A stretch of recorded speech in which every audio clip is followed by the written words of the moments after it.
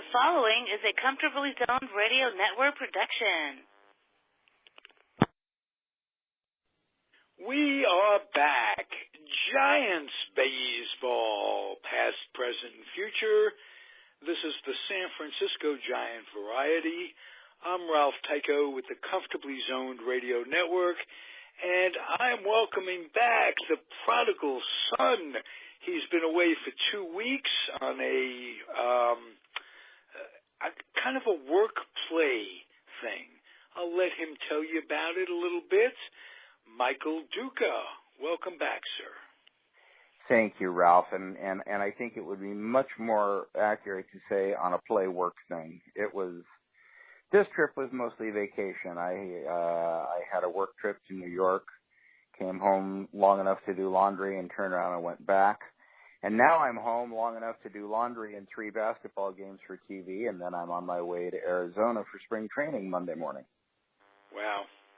This is probably the most exciting time of the year for baseball fans, obviously. I mean, hope springs eternal. And did you know that if you take a baseball glove and put it up to your ear, you can hear the sound of PFPs? Okay. Didn't know that. I'm on my way into the other room to get my old mitt and test that out.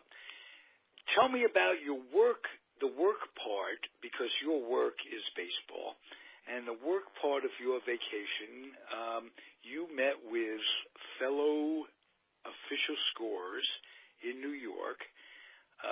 Tell me how that goes. Who hosts the meeting? What part of Major League Baseball did Mr. Manfred speak? And what was determined about a bunch of things? Say a ground ball, 5-3. Did they talk about that? What's 5-3 anymore in the lexicon of an official scorer? All right. Well, interestingly enough, many of those things occurred. I'm going to take you through it kind of out of the order that you asked, but in the order that is sort of semi-chronological. As scorers, we are independent contractors contracted to the office of the commissioner. We are officials of baseball. The umpires call us the 5th member of the umpiring crew. Wow, what a compliment that is. Well, it's partly because if you scour the rules hard enough, you'll find out that the official scorer is the only person in the building empowered to change the count or the number of outs if the umpire and the scoreboard both have them wrong. Oh, okay. They don't tell us how, and I have the slightest idea how I would get that information down to the field in time for it to be useful, but, fortunately, I've never had to. Now, but here's... Could they devise like a buzzer or an alarm thing that you push from? Well, I suppose I could run out in the hall and pull a fire alarm. Yeah, that you could do that, but at a stadium with the risk of 40,000 people headed out the door. Ralph, I've been in baseball stadiums when the fire alarms went off, and the risk is that everybody would be incinerated from ignoring it. Nobody pays attention. So the purpose of the meeting is to discuss some best practices, but we also go over a large number of plays that were turned in by players or their agents or coaches, and that showed some interesting situations for us to know about, and whether or not, we would watch the plays and then vote on how we would have scored it, and then we're told how the appeal came out. And that was done with Joe Garagiola Jr., who serves as sort of the Court of Appeals.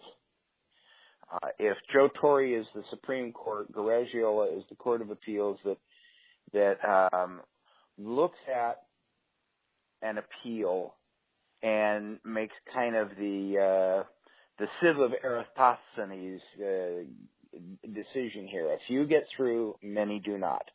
In many cases, he just looks at it and says, the scorer got that right, or that's not a rules interpretation. That's actually in the rules. That's not a judgment call, or whatever. We have about the same, actually a slightly better, I don't know what to call it, a slightly lower overturn rate than the umpires do on their appeals. And the number of appeals is beginning to level off. We had about 400 last year, 450, something like that, which, when you think about it, is not all that many with 2,100 games being played. Right. We talked about some best practices. We, discussed some issues like the prevalence of shifts and how that changes the idea of ordinary effort and how that changes the way the game is done.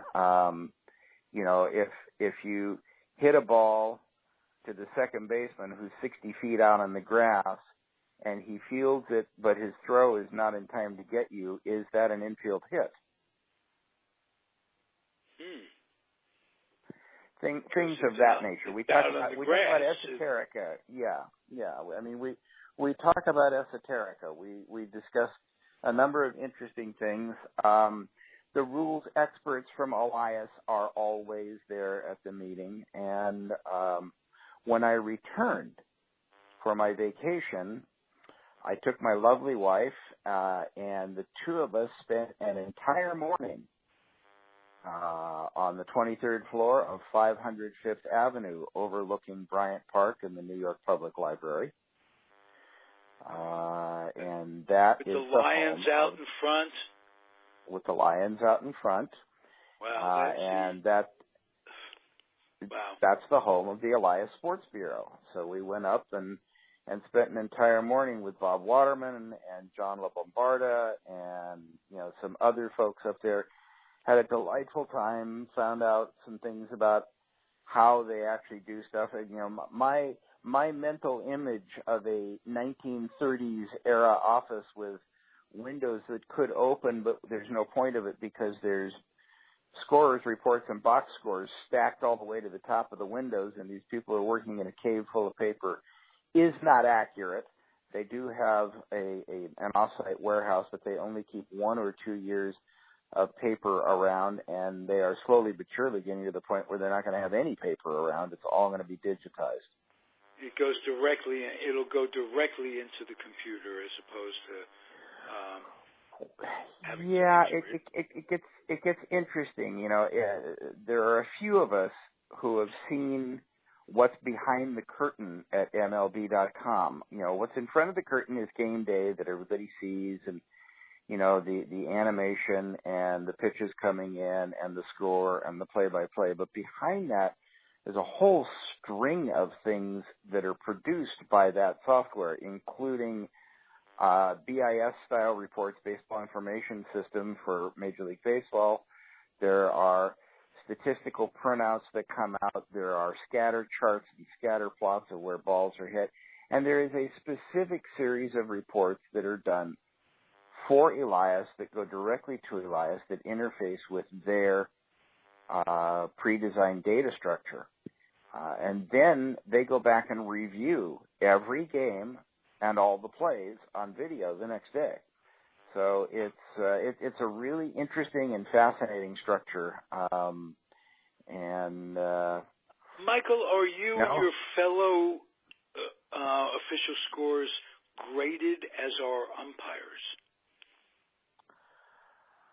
Well, I don't know. I presume so. Some are invited back and some aren't. So I presume we are graded, but I equally presume that that's based on feedback from the team's PR departments who lobbied hard to get out of the appeal mix, and they are out of the appeal mix now. They are with the advent of the new appeal system. They don't have any role whatsoever, so they're no longer stuck in the middle between us and the players. So it's a question that nobody has bothered to ask at the meetings yet. I think we all would prefer to move forward in blissful ignorance rather than to say, what's in my FBI file? Right. Yeah, you want to know, but you really don't want to know. Yeah, exactly. Do the people that keep coming back, is there like a fraternity? You have X number of years doing it. Are you aware of the other scorers and their length of time and their reputation and what have you?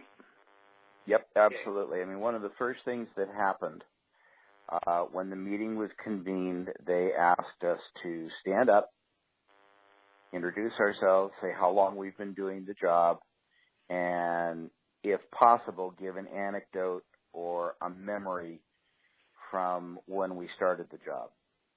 And when I stood up, and there were scorers there from all 30 markets, and I would say I was frankly surprised. I would say that close to 2/3 of them have either my level of experience or less. There were only about 8 or 9 guys in the room that have been doing it longer than I have, which came as a shock to me because I feel still like I'm learning the job. But it was interesting because I was able to recount, particularly for all the young guys in the room, the first call that I ever made, and I remember it vividly because it was slaughtered, filleted, and roasted on the air. Really? It was one of the more unusual plays I've seen in all of my years in the game. And on I went the down first play. That was your first. That was your. It wasn't the first play, but it was the first call I had to make. Yes, breaking my maiden on my first call was. I'm blanking on it now. Philly's pitcher. It's not important who. He was not much of a hitter, but he was hitting. I think it was top of the second or maybe the top of the third. Kirk Reeder was on the mound, and if you remember Kirk Reeder, he not only worked fast, but he was an extremely good fielder. He was in the Gold Glove mix every year, but he had the misfortune of pitching in the same league as Greg Maddux, and so never won one. But he was an extremely good fielder. And the pitcher, Vicente Padilla, hit a ball off the end of his bat. Now, when you hear an announcer say he hit the ball off the end of his bat, you think, oh, he hit it off the very top of the barrel, right? He hit it off the top of the barrel, right? Yep. No, this was like a pool cue. He hit it off the end of the bat. The precise timing involved in managing to strike a baseball, not with the side of the bat, but the end of the bat, defies mathematical description. He's got to break his wrist in a certain way to bring the end of the bat parallel to the ground, so to speak, or in the plane. Yeah, it does defy. And it also has to be in the exact plane that the ball is going. So he managed to do this. And he hit a ball that went on the shortstop side of the pitcher's mound on the fly, struck the ground just past the mound, and began a series of convoluted spins that was beyond description. It took a hop towards second base. Nefi Perez, who was playing second base, is breaking towards the bag to get the ball. There's a runner on first. And he's breaking towards the bag to field the ball and try to get at least a force play, if not a double play. On its first bounce, it takes a shot towards second. On its second bounce, it takes off towards first base. By now, it's at the infield dirt. Perez has tried to reverse his direction, and the ball hits him in the heel of his glove, and just like a Joe Morgan double play, continues right on out the front of his glove towards first base and dribbles to a stop. Whoa. I asked Kirk Reeder after the game, have you ever seen a baseball do that before? And he said, no, and I'd be interested to see anybody who could do that again. I called it a hit because I thought it took more than ordinary effort for a second baseman to break to the bag, then break back to first, and even get leather on it. Wow. What? And you've got to decide virtually instantly how to score this. Well, especially since it's my first call. The last thing I want to do is be indecisive. Right. Because, the scorer's mantra is the same. It's the same thing that they teach you on minute one of day one of umpiring school, which is see what you call what you see, sell what you call. So you've got to sound like you know what you're doing. It's people will believe you if you make a snap call and then change it. But if you take forever and get it right, they won't believe it because it took too long. It's just a strange quirk of human nature. So I'm saying I call this a base hit, and on the air, a certain Hall of Fame announcer, who shall remain nameless. Well, there's only one with the Giants. Who shall remain nameless, gave me my Ruben Rivera moment right there at the start of my career. And it was something like this. Wow. If that's not an error, then there are no errors. And if there are no errors, then what do we need official scores for? Oh. And the whole room kind of broke out into chuckles, somewhat uncomfortable chuckles, and I said, the good news is we're friends. And I, to this day, I'm still teaching him nuances of the scoring rules. Okay. I just want to ask you, and I'm going to put this on for a second, how would you call this? And you tell me. So I say D. I say D-O. D-O-D. D-O-D-G. D-O-D-G-E-R-S. Team, team, team, team, oh.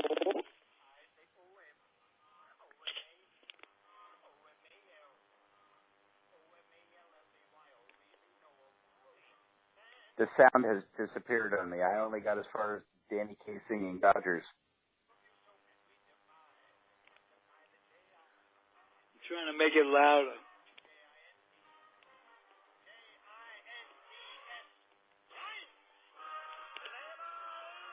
Here we go.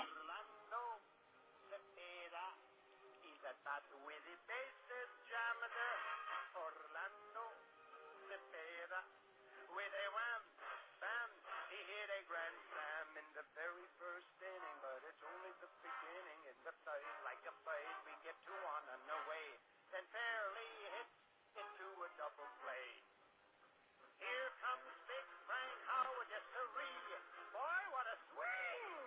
Strike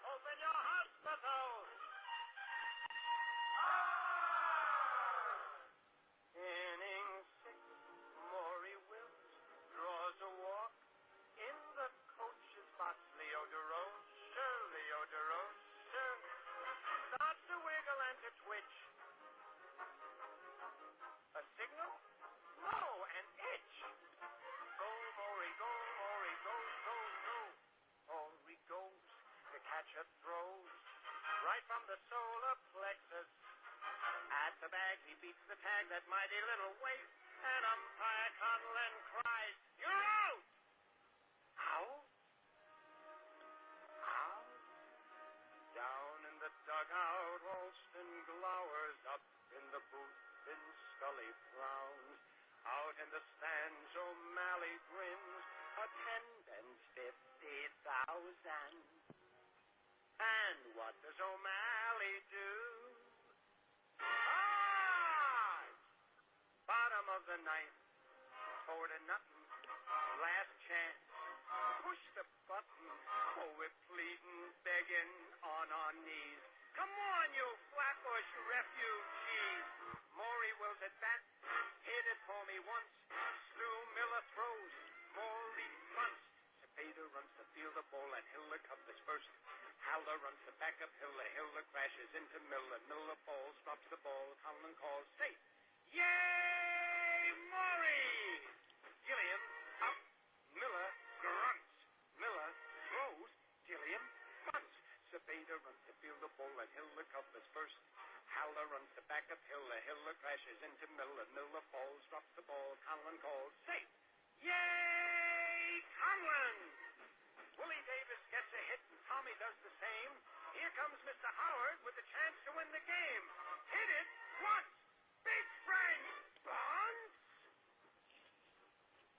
Cepeda runs the field of ball. So does Hiller. So does Miller. Miller hollers Hiller. Hiller hollers Miller. Haller hollers Hiller. Points to Miller with his fist. And that's the Miller, Hiller, Haller, hallelujah twist. The Davis score is 4-4. Howard still running the bases. From second to third, it's almost absurd. Amazement on everyone's faces. He's heading for home. He hasn't a chance. The poor nut is going to be dead. But the ball hits him right in the seat of his pants.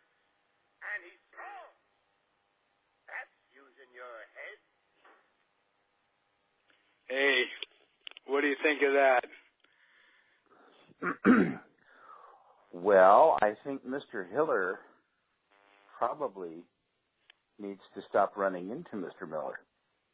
Right. You know, I played that when Timmy Haller, who's the son of Hatch's son. Yeah, Catcher's son was co-hosting the show for a while, and he got a big kick out of it. That was the great late Danny Kaye, who really put an official scorer's job into perspective at that time. He also managed to overcome his unnatural love for the Dodgers and become one of the first owners of the Mariners. Ooh, did not know that. Yep. Did not know that. Very interesting. What I did know, I realized the other day that not only does Magic Johnson have control of the Dodgers, but I think he pretty much has control of the Lakers as well. Am I correct? Well, he may have emotional control of the Lakers, but I think, doesn't the Buss family still own them? I know, but I think they gave him some position of empowerment because I saw him on some news clip the other day regarding the Ball family, and he's bringing the Lakers together in a way that he must have some vested interest, but that's another story. You got back from your trip, the official score trip, and instantly you went back to New York to vacation. This is true, and that's where these Giants came from, by the way, ladies and gentlemen. The San Francisco Giants still and always will have a direct history in New York. Anything in New York that reminds you of the old Giants? Any bars that celebrate their existence?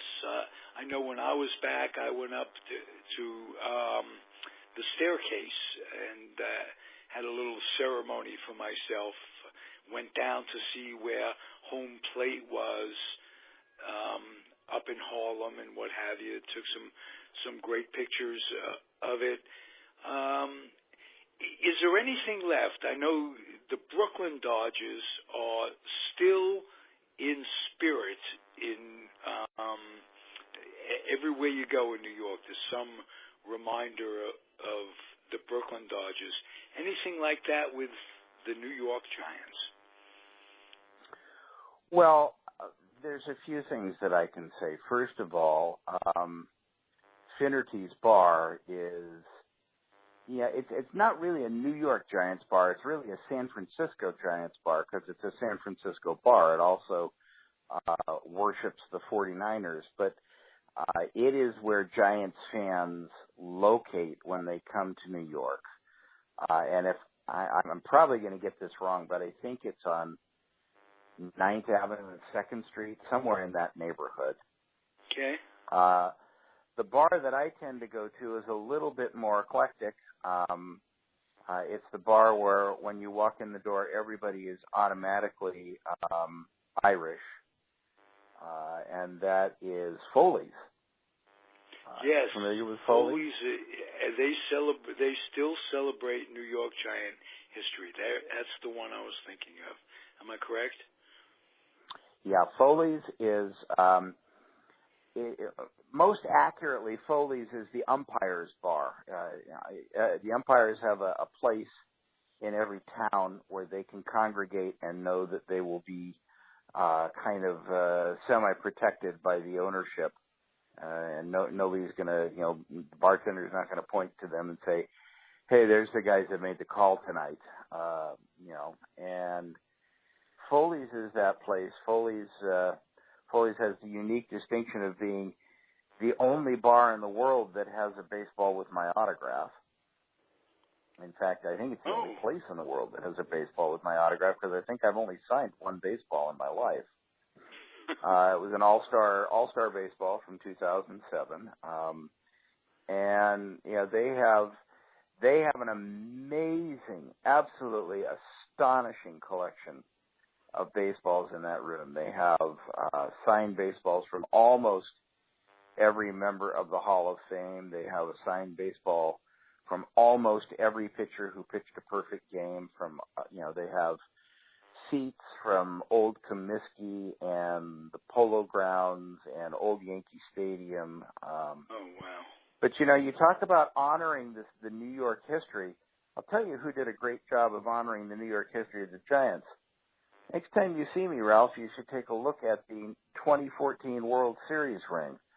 When Tiffany designed that for the Giants, it has 3 large solitaire diamonds across the top above the SF logo and 5 slightly smaller ones, smaller only so that they can fit 5 into the space, below it. And the top 3 diamonds represent the 2010, 2012, and 2014 World Championships. The bottom 5 honor the 5 championships in New York. So probably the team that does the best job of honoring the New York Giants, I think, is probably being done by the San Francisco Giants. Absolutely that. Absolutely. As a matter of fact, 2 or 3 years ago, and my good friend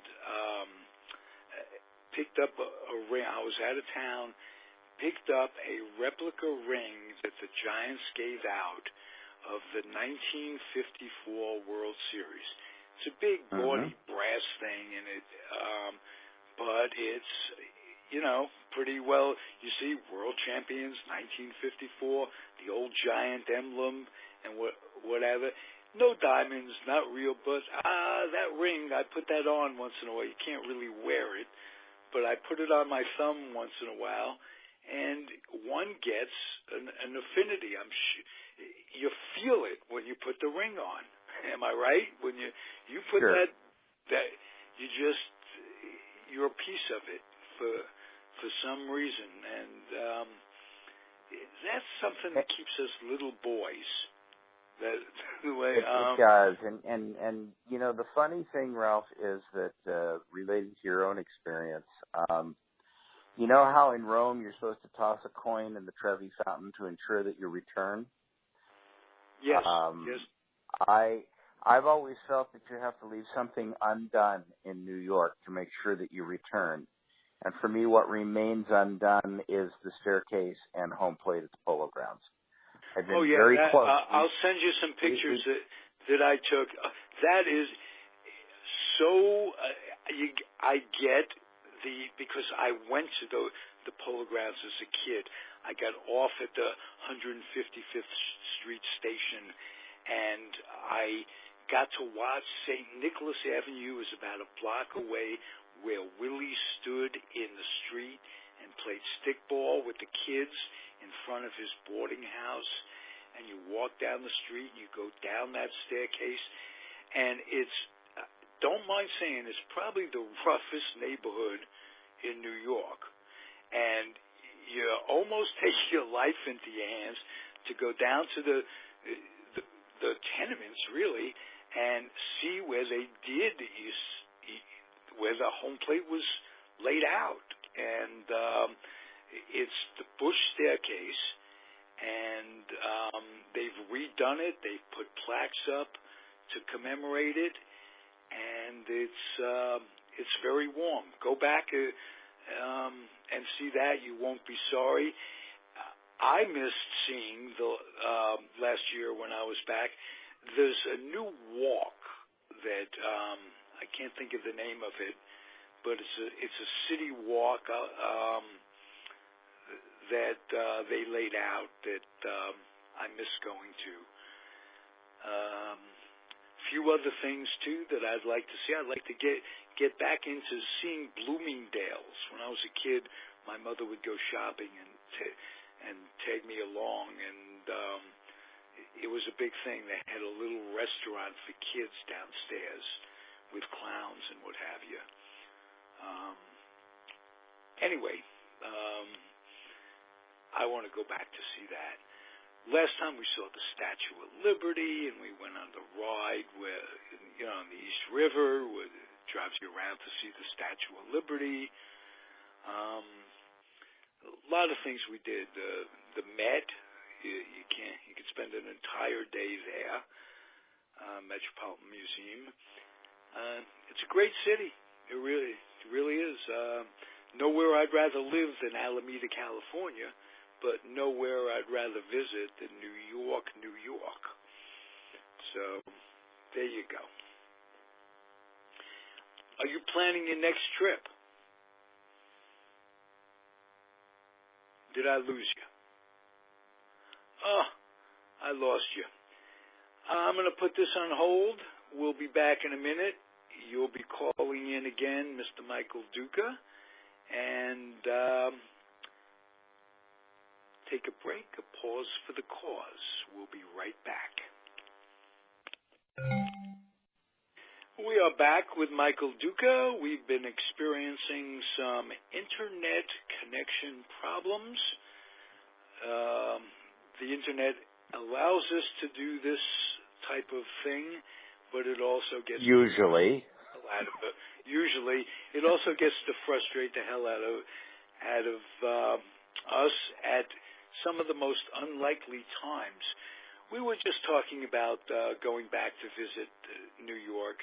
I'm wondering whether or not you're planning a future trip.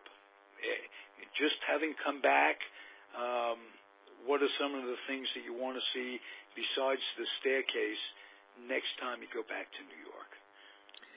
Well, on this visit, we spent an entire afternoon, and we saw one corner of one floor of the American Museum of Natural History. So there's obviously a ton left to be seen there. Ditto the Met. We didn't even try the Met this time. On our last trip, we spent a full day at the Met, and I think we got one floor in. There's a raft of stuff left to do there.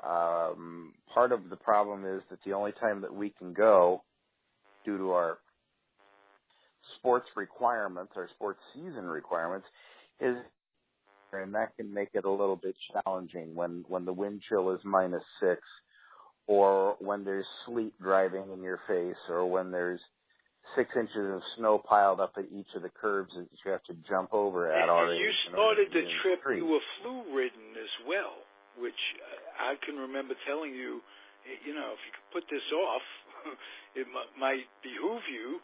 But you're a hardy soul, and you got through the flu and managed to enjoy yourself. Well, I did, and I am convinced, Ralph, that time out for a commercial here. I've taken the flu shot for 40 years, and while I did get the flu, I didn't get anything like other people are getting. I was uncomfortable and noisy and snotty for about a week, but I did not have the rampant joint aches and the serious fevers and the pneumonia and all the rest of the issues that are plaguing so many people. So, killing even if at a spectacular rate, really. I mean, the number of people dying of flu or flu-like symptoms and its associated things is topping over 1,000 a week in this country now, and that's a number that should make everybody pay attention. It makes me... People dying without any ammunition being used, which is something the news is strange when you read it. For those I was just referring that they were taping another school tragedy, the 18th school shooting of the year. It's right smack in the middle of February. 18 school shootings. I don't know that you want to get me started on this subject, Ralph. I want to get you started on any subject that you want to talk about. You know me. I'm a stats guy, right? Here's your stat of the day. 18 school shootings in the United States since the 1st of January.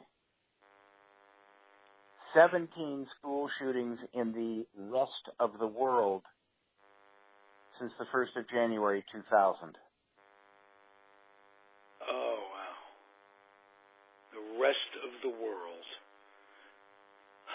18 years. We're a civilization. This is civil. They can't ban magazines. It would kill the NRA to ban magazines. Let people keep their guns for shooting at venom, at vermin or whatever they have, at roadkill, rabbits or whatever they want. You could take a camera and shoot animals too. That wouldn't be a bad idea. But that aside, how does the NRA justify, and this is an open-ended sociological question, how do they justify the magazine? The devices to make guns shoot more, you load them in there and what have you, they can shoot even more rounds in even fewer seconds. What is the purpose? How could a guy like Scalise be shot in the hip and not choose, he damn near died as well. I'm sure he'll never come back to where he was physically. And how could he back up the NRA? What goes on in people's brains? It's all rhetorical. Do you ask yourself that? I've had conversations with members. I can tell you the following things. They are religious about it. I don't know any other way to put it. You were talking off the air with me about orthodoxy. There is an orthodoxy involved here that is difficult for non-believers to understand. And what it comes down to, they truly believe in this mantra of the only way to stop a bad guy with a gun is a good guy with a gun. And my response to that never seems to get an answer back, which is the only way that a bad guy with a gun is just a guy with a gun until he shoots somebody. So their solution requires people getting hurt before you can fix things. Right. Why? You don't know who the bad guy with the gun is until he shot someone. Why do we want to wait that long? It's to me, there are simple things that would not infringe on people. I mean, first of all, let's be honest. Let's just be flat out honest about this. The horse has left the barn burned to the ground, the ashes have blown away, and weeds are growing there. There is no way to get guns out of this society.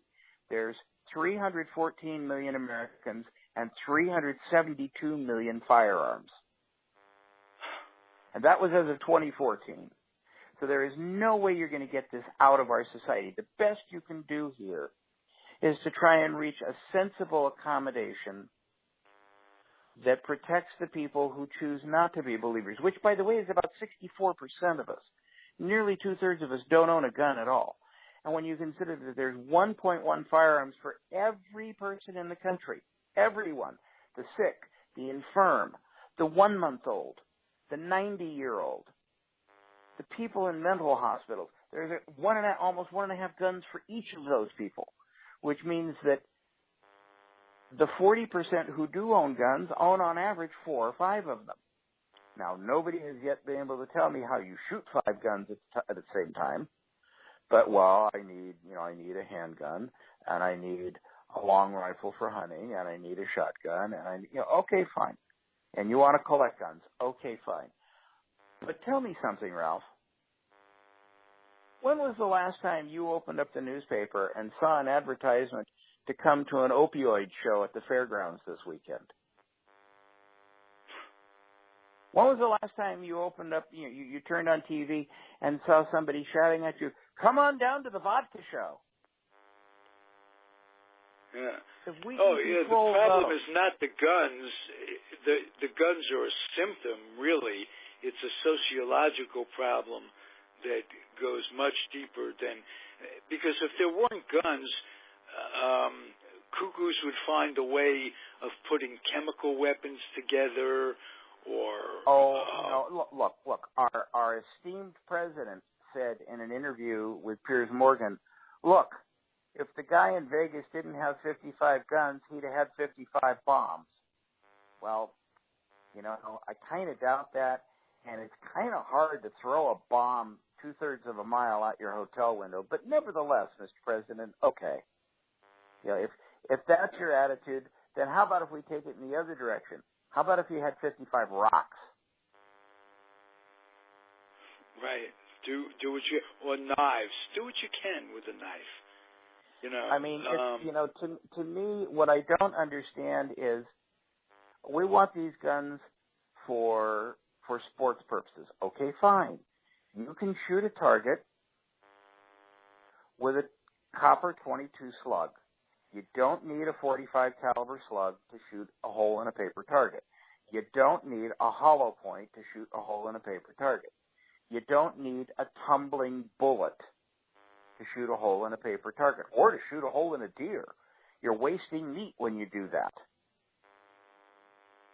I don't understand why we banned cop killer ammunition for a while, but the ban ran out and so did our spine. We don't unless seem of to course, have any... Michael, unless of course one is in the militia, then give them a gun. I don't understand. Sure, I don't understand there are people misinterpretation of the Constitution. The Constitution had words like militia in it. There has to be a revision because the world has changed in so many ways.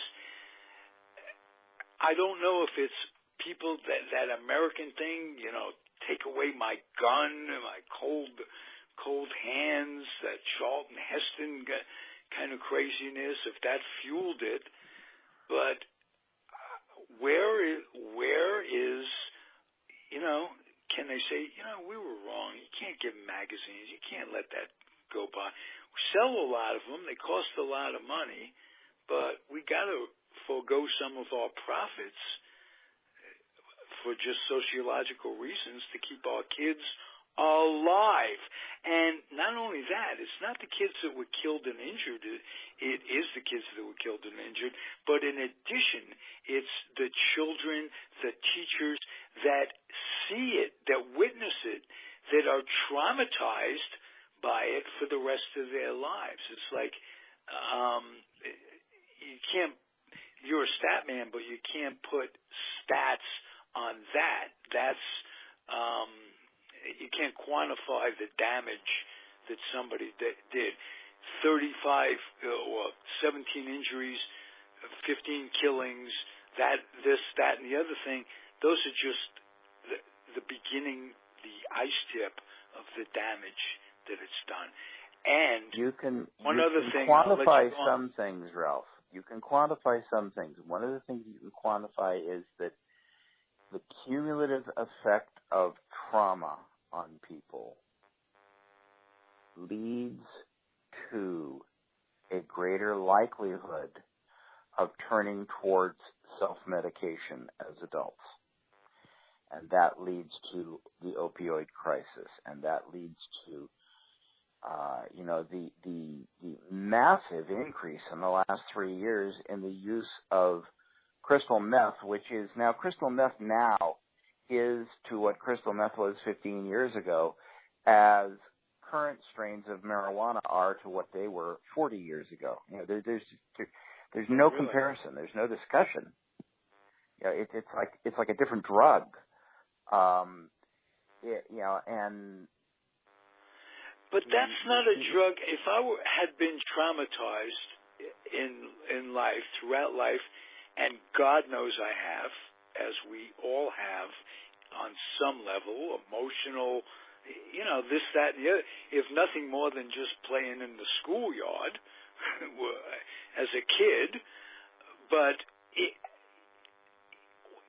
meth isn't the drug I would think that I would go to alleviate my heebie-jeebies. Certainly, I would probably go to cannabis. Well, you would, but here's the thing. But here's what many people do not yet understand. Science actually knows what addiction is now. And we know that addiction is a failure of the dopamine processing circuitry in the brain. And what's the dopamine processing circuitry? That is your pleasure center. We all grew up in school being taught that there are 5 senses, right? Taste, touch, smell, sound. So there are actually 17 senses, and probably more than that. We're identifying them as we go along. Proprioception is a sense, the ability for you to walk through a darkened room without bumping into anything once you've lived in that room for a while. Proprioception. Okay, so one of the senses is pleasure, and the problem is with drugs is that the first time you try something is always the most intense experience, because it's the most different experience from what you've had before. Once you've tried the drug, you go back and you crave that same experience, but because you've had it before, the differentness is gone, and therefore you start chasing that peak experience by increasing dosages. And this is how overdoses happen, and this is how deaths happen. But the really insidious part about dopamine failures is that drugs is just the tiniest tip of the iceberg of how that manifests itself. If I say addiction, most people immediately think, oh, street drugs. Sure. That's the smallest category of addiction we know of. Go on up the list. Prescription drugs. Tobacco, which is the most addictive substance known to man. Alcohol, sex, shopping, gambling. They are all manifestations of the same thing, which is a dopamine processing failure. And the way we found this out is pretty fascinating. An old people's home in Scotland they were treating people for Parkinson's. And the treatment for Parkinson's is a drug called L-Dopa, which is a dopamine precursor. In Parkinson's, the brain doesn't make enough dopamine. So they dose people with L-Dopa, which increases the amount of dopamine they have, which reduces the symptoms, the shaking and the other symptoms like that. Well, one of the problems with dosing your brain, Ralph, is that you don't know how much it weighs. You don't know how big it is. So the dosing is empirical. You try some. Is that, are you better? No? All right, we'll give you a little more. Oh, too much? Okay, we'll cut back a little. Well, this one group of people got their regular dose, and the staff didn't realize that it had been done, and they went and they gave them a second dose just before they went on a field trip. And on the field trip, they went to a casino. And 5 of the people who had never gambled before in their lives gambled away everything they owned. When they came back, and they got back on the correct dosage of L-Dopa, they never gambled again. Wow. So it was discovered almost accidentally. Just like Dr. Fleming and penicillin. Most discoveries are accidental. Most things are found when looking for something else.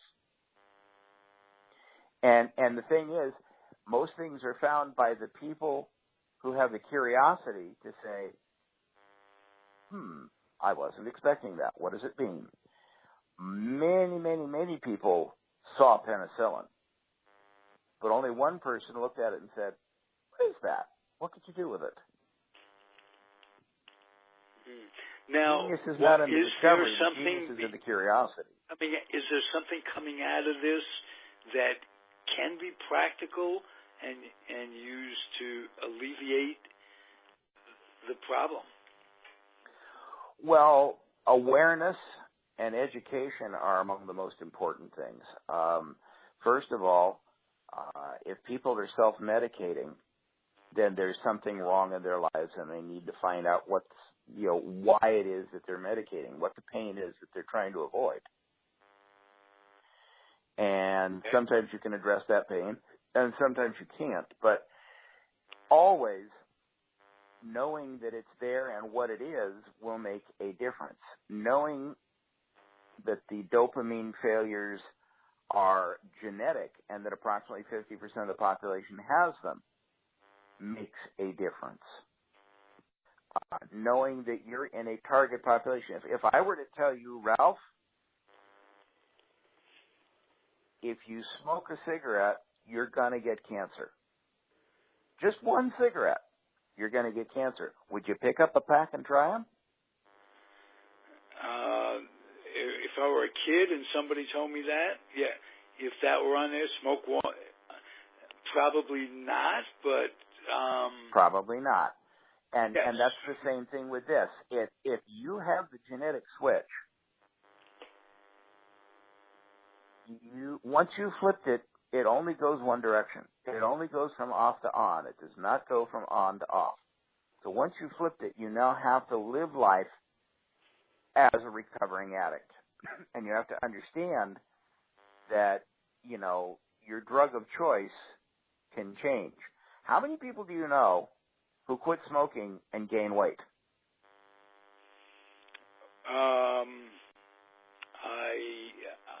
I haven't experienced that myself. I'm thinking, sure, that's been an issue. People talking about that. Well, what could you do to? You just replace one addiction with the other. That's right. That's exactly what you're doing. It is substitution. You are changing your drug of choice from tobacco, which you put in your mouth and which satisfies an oral fixation, to food, which you put in your mouth, which satisfies an oral fixation. Right. And the horrifying thing about that is that we've known for almost 100 years that the cure for that is letting kids suck their thumb when they're young. And yet people still try to break their kids of sucking the thumb. If you satisfy your oral fixation when you're young enough, it doesn't come with you into adulthood. But if you don't, it's there forever. Very good. that's very good. I had no idea of that. And I was a thumbsucker, and it wasn't particularly encouraged.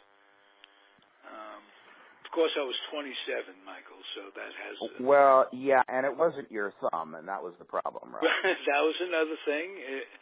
But it turns out no charges were pressed. Well, there you go. That's because the hashtag #MyThumbToo didn't exist at the time.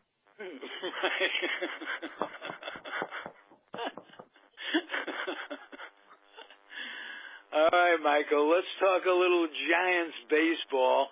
But first, we're going to take one little pause for the cause. I'm going to push the button, and we'll come back in about 15 seconds, Michael, and talk some Giants baseball. First 2 days of spring training, pitchers and catchers reporting, but that's spring training nevertheless. Here we go.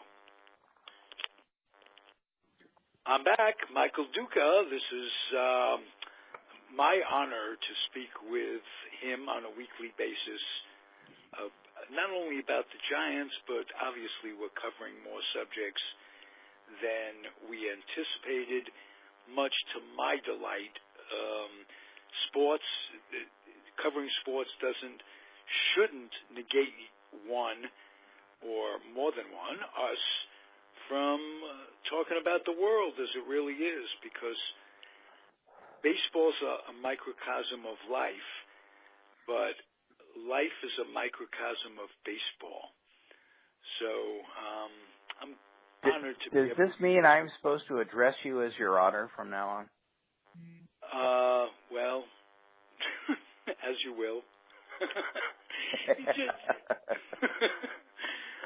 Michael, let's talk a little Giants baseball up to the minute, 2 days into spring training, pitchers and catchers reporting. Cueto is recovering from the flu. And the way I look at it, Cueto, Samardzija, and Bumgarner are the keys to success this year. We've filled a bunch of pieces. Longoria comes in. We have a center fielder, Austin Jackson. It's looking good. We got Pence in left. I think he's much better suited. We got to keep we got to keep those three pitchers healthy. New pitching coach. What's going on? How do you feel about the state of the state? Well, the first thing I'm going to tell everybody is that the two big acquisitions that the Giants made in the offseason, Evan Longoria and Andrew McCutchen, are two of the highest character guys in the game. They are clubhouse leaders. They are solid citizens. I'm here to tell you, Giants fans, you are going to adore Andrew McCutchen. This is one of the best guys in the game from any aspect that you want to look at. You don't think so? Go sign up to his Twitter feed, see what he has to say about the school shooting yesterday in Florida, just right off the top. They are going to be, Fangraphs has them projected as a wild card team right now, and I don't think they're done. Obviously, nobody's done because there's a ton of unsigned players out there still.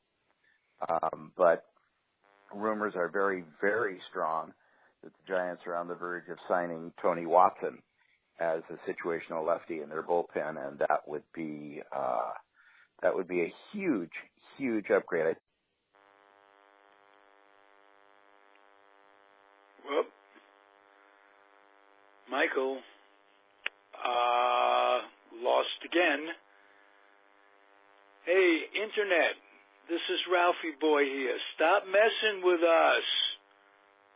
I'm going to push the button again, and we'll pause till Michael comes back. We are back, Internet. Thank you for messing with me 3 times this morning. I needed that sudden jolt in my blood pressure to keep me going.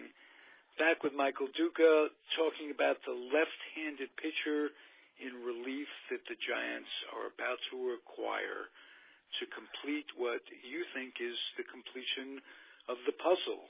Am I correct? Well, they may still be looking for a left-handed complement to Austin Jackson in center field. They've signed Gregor Blanco back to a minor league deal, but I think that right now dealing with the bullpen is probably the number one priority, and if they can find that situational lefty that they haven't had since Javier Lopez retired, I think it will make a significant difference. I think they've got a pretty decent bullpen, no matter how you look at it. I mean, if Hunter Strickland is throwing 98 miles an hour and he's your sixth inning guy, you're in pretty decent shape. For sure. And as I said, yes. as I said, Fangraphs is projecting them as a wild card team as they sit right now if they make more improvements. And of course, other teams can make more improvements too. And speaking of wild cards, here's the real wild card. A lot of people may have missed this little announcement. It kind of slid under the radar, but yesterday the Diamondbacks announced that they're going to be putting a humidor in and cutting down on offense at their ballpark, which is the second highest park in altitude in Major League Baseball and the driest park in Major League Baseball. And so that could make quite a difference, because that's a cavernous ballpark if it plays fair. If you eliminate the effects of altitude and dryness by soaking the baseballs for a while, that's going to change a lot of things in that ballpark, including the offensive value of a J.D. Martinez or a Paul Goldschmidt. Then why are they doing that at this particular moment? Just out of curiosity. Because pitching is everything, Ralph. If a hitter strikes out, he goes and sits down and rests, and it doesn't take much out of him.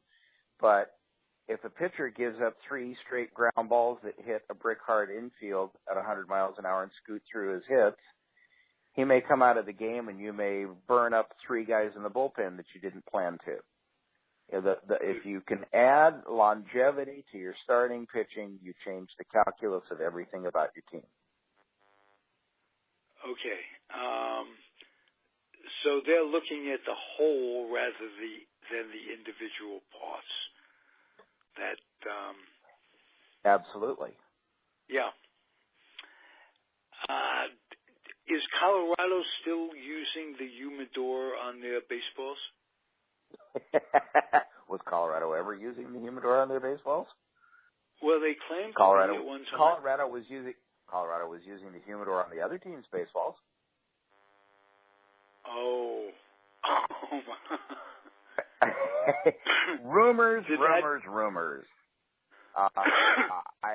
Here's what I can tell you to a certainty, and this is obviously it's not off the record because I'm saying it on the air, but it was said to me off the record, and so with the caveat that I will go to my grave never telling who it was that said this to me, someone who worked for the Rockies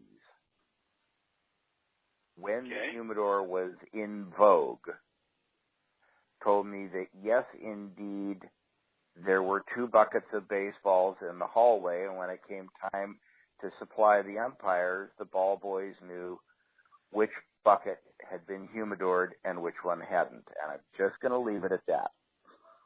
Oh, okay. That just tells you, the old expression, if you ain't cheating, you ain't trying, or something like that, or whatever. Well, and whether or not that was true, whether or not that was unfair,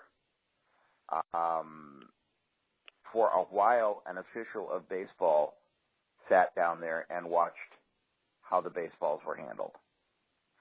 And, it's in this instance, if you're going to do something to the equipment of the game, then I think it's kind of like a piece of artwork. You have to know that its provenance. You have to be able to trace the chain of custody, if you will. And I don't think there's anything wrong with that. That does not imply that you're cheating to have someone there independently to watch it, whether it's a major league authenticator or whoever it is. You know, I mean, I'm not saying you have to have a cop there, and I'm not saying that Commissioner Manfred needs to be standing in the corner watching. I'm just saying you need somebody who's not a team employee to kind of, you know, provide that disincentive to want to game the system. I'll tell you, it's just the American way of cutting corners and trying to get the edge. And it's not just baseball, it's all sport. You know, a guy from Brooklyn, I think, encapsulated it as succinctly as you can. Just win, baby. Mr. Davis. Yep. And what a job he did on the Bay Area, too. On so many different levels. The gall of the man. He literally stole the franchise to begin with and made them great, moved them back. Now the son is moving them again. It's all the things in sports that are wrong. That's he encapsulates yes. that. You know, you want to raise your kid to be a fan, and then all of a sudden the team pulls out, and the kid is 10 years old, and they go to Los Angeles. Damn it! Yeah, right. Of all places. They went to Los Angeles, didn't they? Yes. Well, we know what your childhood trauma is that you're treating. I'll tell you what, I literally had in my middle age a very, very bright woman who happened to be a psychologist, but we were just, we weren't talking patient relationship until she said, I told her, I said, you know, this was really, it's kind of tough. You can't, I'm an adult, and people can't realize when you're 10 years old and your team moves. And her look, she touched my hand, and she said, don't underestimate that. That's a loss, just as if you'd lost a family member. And I've lost family members, so it is every bit as much of a loss as a family member, depending on who the family member is, and more. And she confirmed that, yes, there is a certain trauma there, and you do live the rest of your life recovering. And it's absolutely true. Particularly, I think, back then it was more true because we were not as mobile a society as we are now. I mean, it's interesting to look at how things are different now, I think. If you saw last week in the newspaper, there was a photograph of Evan Longoria at a Warriors game. Now, Evan Longoria is a California native, and he went to Long Beach State, and yeah, I get all that. And so, who knows, maybe he's been a Warriors fan all along. But, you know, it's interesting that when a franchise trades for a player, that player is sort of assumed to just become part of the local sports scene. And, you know, we're all, it's a matter of interest and differentness that Steph Curry goes to Panthers games and wants to become an owner of the Panthers, or that Tim Lincecum went up and beat on the drum as the 12th man in Seattle. Well, you know, he grew up there, and he went to college there. And, of course, he's going to have an allegiance there. I mean, yeah, he might have shared the town and the beat writers with the 49ers, and he might have gotten into the 49ers a little bit while he was here because, you know, that's all you hear. But our sense of identity is so carefully and closely tied to place. And if you're from a place that has something that is a universal source of pride, like the Dodgers were to Brooklyn. I mean, that was it. That was it. Brooklyn didn't have an NFL team. Brooklyn didn't have an NBA team. Brooklyn didn't have the Felt Forum. Brooklyn didn't have wrestling. Brooklyn had the Dodgers and Coney Island. That was it. And it was enough, by the way. If you throw in Brighton Beach, you're that's pretty much all you need. As a matter of fact, there was another factor. When you lose your team in today's day and age, you can hook in by radio, by internet radio, by television, by cable, by all kinds of NFL today, NBA today. You can get your team. You can continue to follow your team.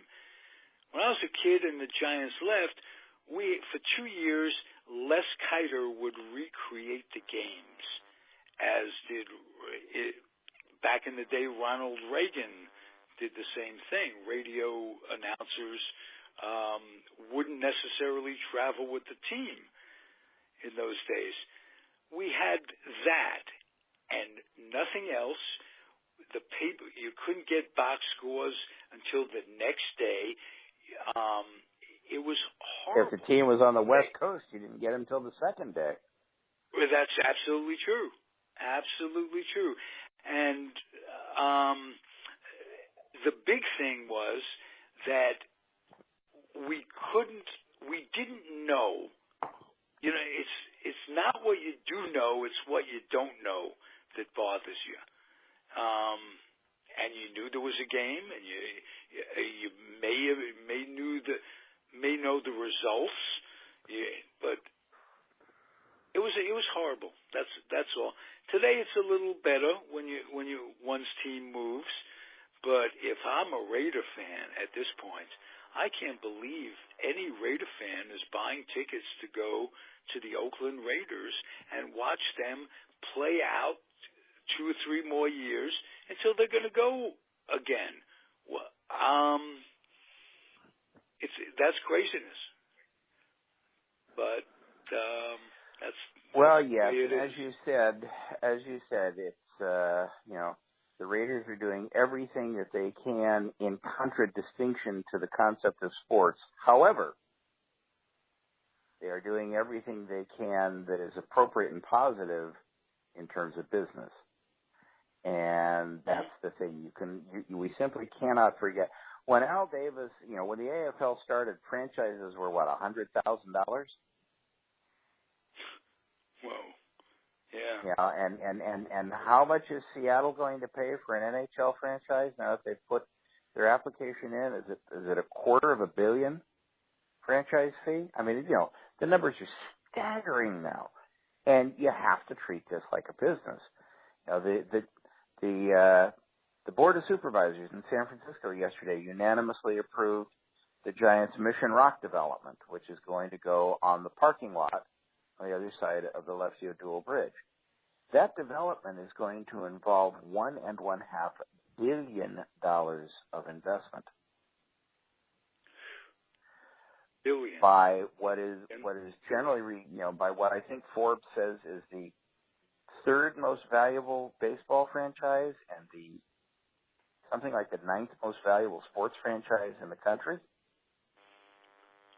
Well, remember. Bob Lurie is still alive, and I'm sure he remembers the call to Bud Herseth to keep them here. He had to come up with like $150,000 or some minuscule amount of money. And in just 30 years, the entire state of baseball, of professional sports, has gone from that to the billions. Is there one thing to attribute that to? It's not just here.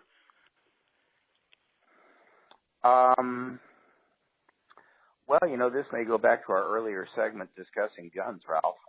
My feeling is that sports, and in particular professional sports, are surrogate combat. They substitute for combat in the field, combat in the streets. They're a way for people to sublimate the natural urge to want to go out and conquer their neighbors by giving you a way of conquering your neighbors that's benign. Mm-hmm. And I think, not your neighbors, fellow, other cities or whatever. Exactly. I mean, you have to remember that even at the start of the 20th century, Germany was not a unified country. It was a bunch of city-states and regions. When we went to the Tenement Museum in New York, we noted that the people were coming in were listed as being from Prussia or Silesia. They weren't from Germany because there was no Germany yet. They were Germanic, but they weren't from Germany. Italy didn't come together as a country until the middle of the 19th century. So we have a long and rich history bred into us of cities competing with each other. And sports has turned out to be a comfortable way of doing that. And in the bottom line, when success occurs, it has a tendency to bring a city together. I mean, I can't tell you how many videos I saw on Facebook or on Twitter. I even joked about it. I said that we could hear the Philadelphians celebrating the Super Bowl from our apartment in Hell's Kitchen. Right. Philly's 95 miles away? I mean, it's or 195 miles away, sorry. But, Philadelphia, a city not known for its togetheriness, really came together in ways that were pretty amazing. I mean, you saw photos of Philly cops breakdancing on the streets with Eagles fans in the celebration. So sports can do that. Sports can give us a common cause and bring us together when they're successful. Sports can bring us together and give a common cause when teams are not successful. And, for a town that has as much of an identity crisis as Oakland has, for a town that, Herb Cain made fun of 50 years ago and said, Oakland thinks ketchup is hollandaise. For a town listed by a poet as there is no there. I think that was that Dorothy Parker, if I'm not mistaken? No, it was Gertrude Stein. Gertrude Stein, yes. For a town that was best known as, they had to put something there to hold down that end of the Bay Bridge. To lose your NFL franchise is going to be a traumatic thing. Couple that with they're losing the Warriors as well. But they're losing the Warriors. The loss of the Warriors is more psychological than anything else. They're not losing them. They're still in the area. And they weren't ever the Oakland Warriors. They've always been the Golden State Warriors, which is kind of nebulous. And, and what a lot of people don't remember is that they were called the Golden State Warriors because their attendance was so poor that Franklin Muley planned to have them play 10 home games a year in the LA Sports Arena. That's why they called them Golden State, because they were going to play all over California. They were going to be, the NBA iteration of the Harlem Globetrotters. They were going to barnstorm. Fortunately, it didn't come down to that. But they've never been the Oakland Warriors. It's that name tag that matters.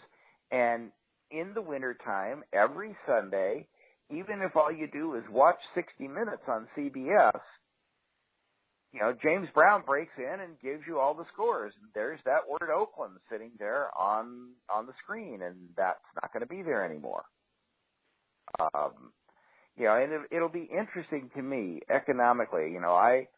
When the Giants were getting ready to move to Tampa Bay, I wrote to all 30 team owners plus the 2 league presidents discussing why that was going to be economic suicide.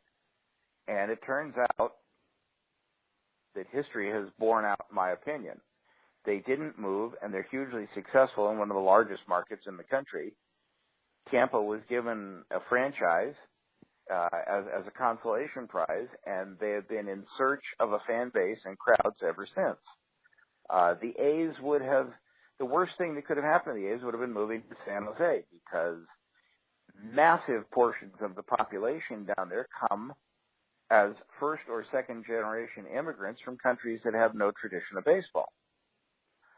And soccer would be great down there, and is, as a matter of fact. Soccer, rugby, even cricket. Cricket would be huge down there because there is a very large Southern Asian population there, and cricket is a very important and popular game in India and Pakistan and that part of the world. But what's interesting about Oakland moving is that they're moving to Las Vegas, and they're going to have to depend on people coming into the city to watch the games, because the vast majority of the people who live in Las Vegas work for minimum wage plus tips. They're all in the service industries. Good They point. can't afford NFL tickets. And if you think the casinos are going to buy it... Has it not become a corporate game, and who can to a baseball game? That's probably the subject for a whole nother day, but yeah, kids... I hear you, but you know what, Ralph? I have season tickets for the Giants. They're in the upper deck, but they're in the front row of the upper deck, and they're behind home plate, and they average $25 a seat, give or take, $27 a seat. And they include a little bit of money that you can spend at the concession stand. So, yeah, it's a commitment to buy 80 of those. But it's not impossible to go out and take your family to a baseball game. You can still take your family to an A's game for $100, in a family of 4, for $100, including a hot dog and a beverage. Good point. Now, is that cheap? No, it's not cheap. But you know what? It costs that much to take a family of 4 to a movie. Right. It's commensurate. Everything's going up. It is commensurate. You're talking up a deck $25, though, and if I can go back to when that seat was $1.25. Oh, sure, sure. And sure. I know there's been inflation since those days, but the price in sports has far exceeded inflation. It's an is. We're hooked. Doesn't mean I don't buy caps at the concession stand, this, that, and the other thing. I'm hooked like everyone else, but it is and is. Players making salaries that are unbelievable, and it's not let them make whatever somebody will pay them, but that there's enough TV money, enough revenue in the souvenir stands and the food and what have you to pay that amount. It doesn't seem commensurate with what Johnny Lunchbucket is going through to fight the traffic to get there, to park the car, this, that, and the other thing. It's just out of whack a little bit. Am I correct? There are parts of it that can get very, very expensive, and there's just no doubt about it. It costs I believe it's $80 to park your car at a Dallas Cowboys game, and you're going to be a mile away from the stadium. Yeah. Boy, we've gone over a lot today. This has been a good show. Yeah, we've wandered pretty far afield. Yes, we generally do, but to me that's what's fun And I contend to the audience that's what's interesting. So, well, I I'll hope use so. this damn thing any way I want. You hear? Yeah, that's right. It's your basketball. It's my basketball.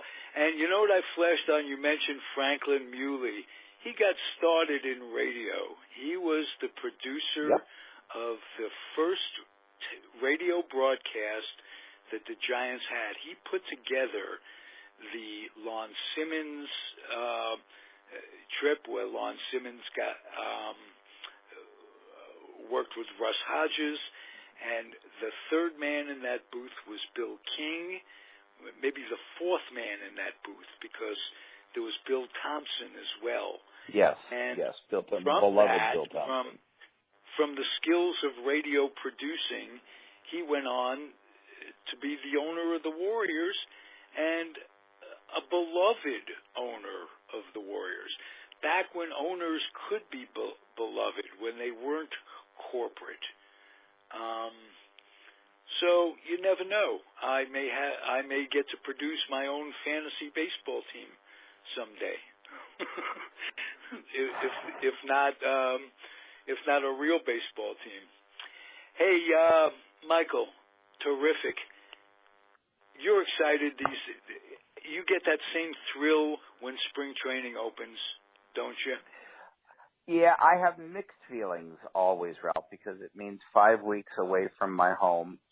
It means yet another spring when I'm not here, when the cherry trees blossom and when the apricot trees blossom and when the peach trees blossom. It means, 5 weeks away from everything here. So it's a long drive down and a short drive back. But when I'm down there and I get to just be immersed in the smell of fresh cut grass and the sound of mitts popping and walking around on the back fields at 10 o'clock in the morning before a 1 o'clock game, or going to watch a B game on a back field just because. I'll never forget. I will never forget the time that I got to surprise early and went and watched the B game on the backfield, and I watched a young starting pitcher in the Royals minor league system by the name of Jeremy Affeldt facing a guy named Mark Teixeira on the Rangers minor league system. And I was sitting in the stands with with UL Washington and Shooty Babbitt and